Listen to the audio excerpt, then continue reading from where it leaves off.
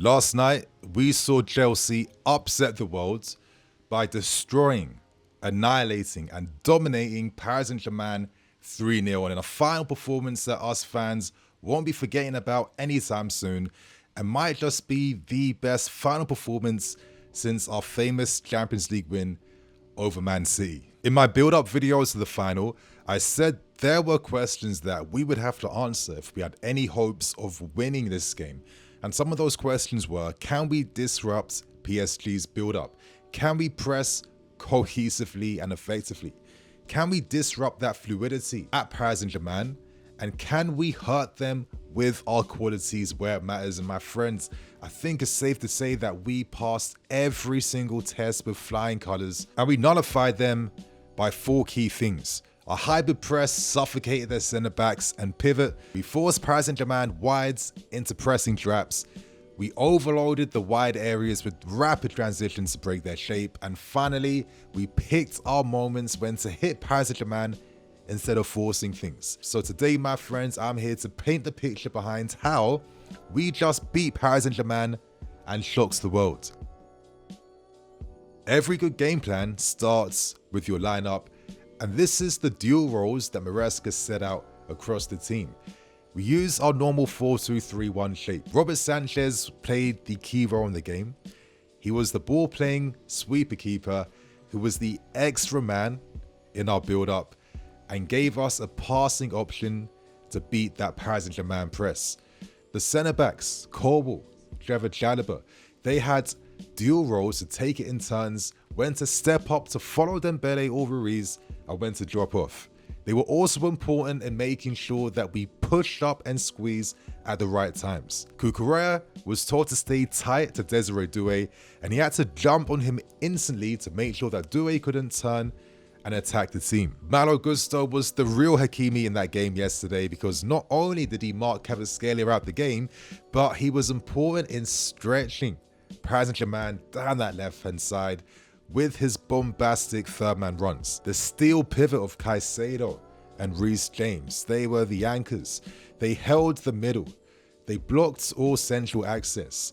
Reece James pushed higher up to engage in the press, and Caicedo sat and held his position. Pedro Neto played the sacrificial lamb role for the team as he was tasked with sticking to those third-man runs made in behind by Hakimi. This came at the expense of even playing his own game, but it was vital we had someone taking Hakimi out. Palmer was the connected hub, causing so much danger receiving in those half spaces, drawing out Paris Saint-Germain players for fun, and Joao Pedro was the icing on the cake, playing that fluid focal point role, knowing when to pin defenders, when to spin them, when to create overloads, when to run channels, and most importantly, staying on top with his pressing duties. Now, what if I told you that the first 60 seconds of this game revealed how the full 90 minutes was going to play out? As Enzo Maresca said himself, we won the game in the first 10 minutes, we set the tone, and here's exactly how we did things. And let's analyze exactly how we set the tempo in our favor. Now, to paint this picture, we have to go straight to kickoff. And you're noticing some interesting things. PSG are in their normal 4-3-3 setup, but us on the other hand, we're a bit asymmetric. You're seeing Pedro and Palmer on that wide right side. You're seeing Gusto just in behind them, but his positioning is kind of asymmetrical to the pivot of both Reece James and Moses Caicedo, and you're seeing Neto hugging the opposite touchline on the left side. Normally, with a setup like this, you're expecting us to go for broke straight away. Normally, with a setup like this, you're expecting us to go back and start to play out, but Maresca fakes that patient build-up. It was great tactical deception because Maresca was trying to gauge and test the alertness of Paris Saint-Germain from the first second. Because from kickoff, the ball goes back to Robert Sanchez. Robert Sanchez, who played 26 long passes, completing 9 of them, which tells you everything about his role in that game. And once he's on that ball, the entire team pushes up into PSG's half, squeezing the spaces in their half, getting ready to protect themselves for any second ball type of situations. But the important thing was, can we force the first phase from Paris Saint-Germain's half, which we did, because this allows us to begin the game from our pressing vantage in their half, instantly allowing us to set the tempo. Now, one thing you guys have to clock was the press that we use. We went for a hyper press. This was a combination of covering shadows man-to-man and zonal marking. Now, a hyper press was pretty perfect for Paris Saint-Germain because it allows you to adapt to their strengths. Because not only are you blocking out maybe their favorite passing routines and stuff, but it makes you more flexible with how you deal with the Paris Saint-Germain. So let's examine this first press of our game, because if you notice the shape of the press, look where the press is positioned. It's kind of blocking off Hakimi's side to the field, right? Because what we're looking to do is create a trap. And the trap is to get PSG to move that ball down to Nuno Mendes' side.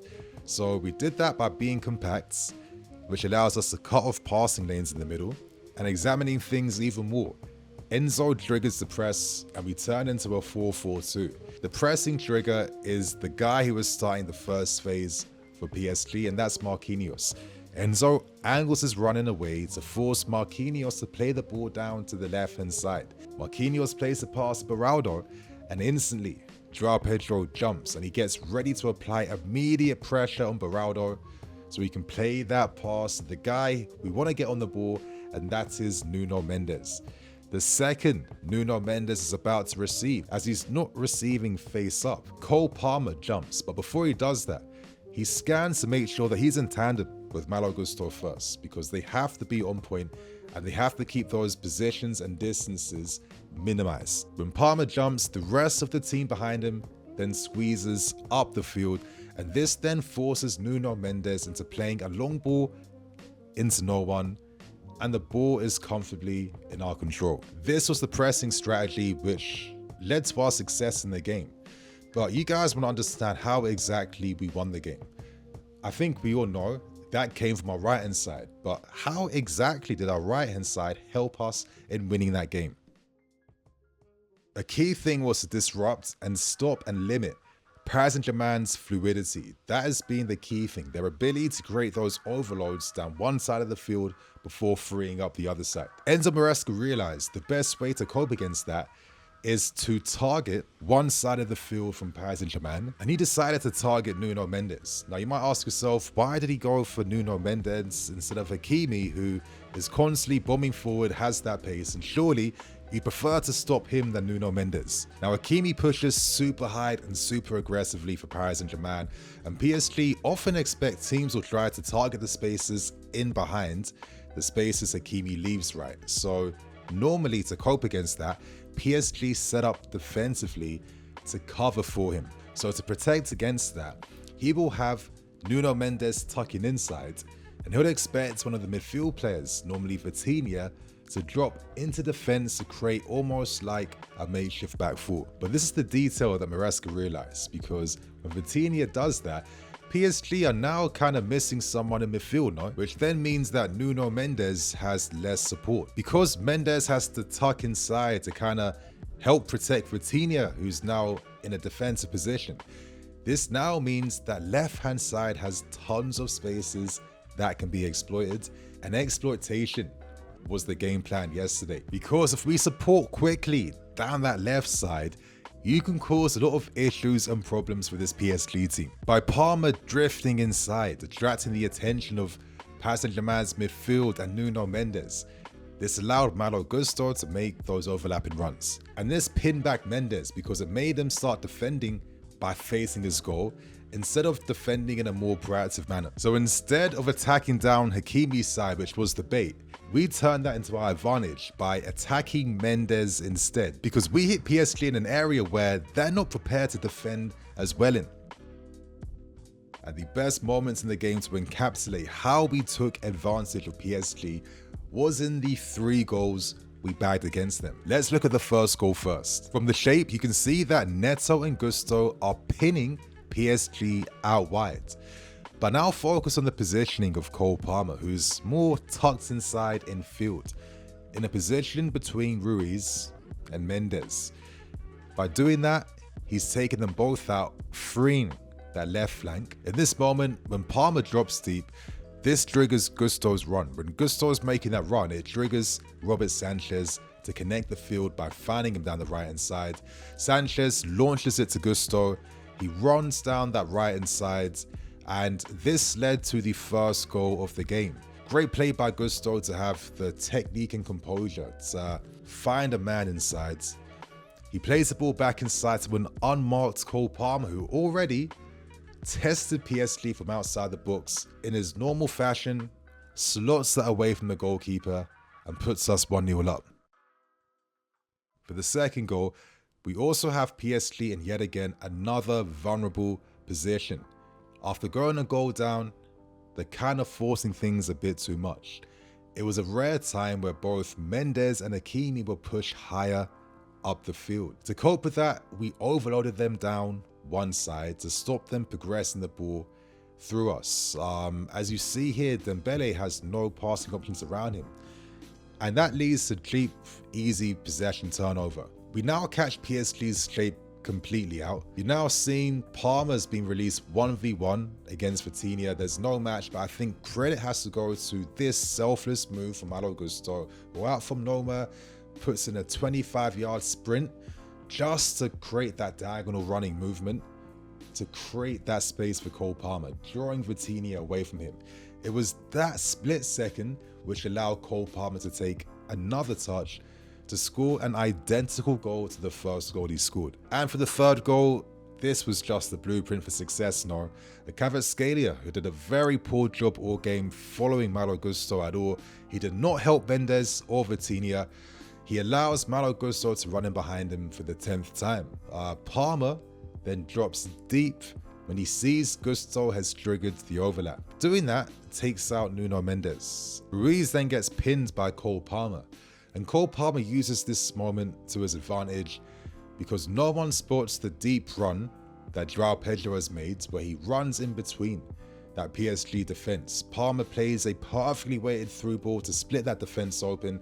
The weight of the pass is so perfect that João Pedro only just has to dink it over Donnarumma.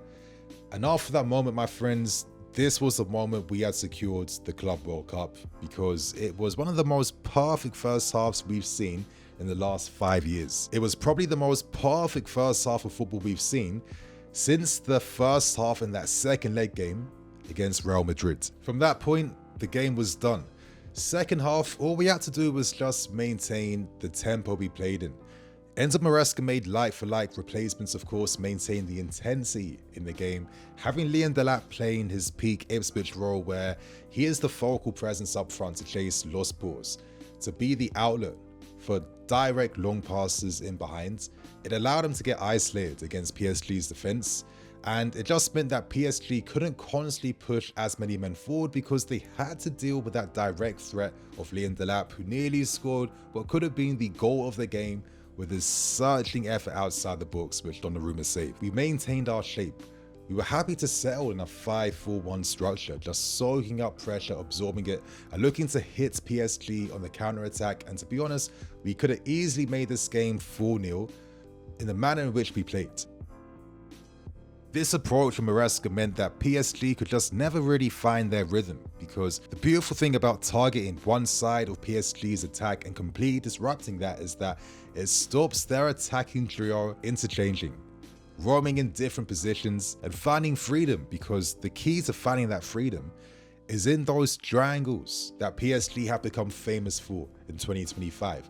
If you disrupt them, if you limit them, with the triangles being key based on how they get the width from their fullbacks, you can hurt this PSG team. I'm sure all these guys are just scratching their heads, not even really comprehending what just went down last night. So what does this mean for the bigger picture? Well, Enzo Maresca showcased tonight that this guy is an elite tactician. His mantra has always been, how can I limit my team from being hurt?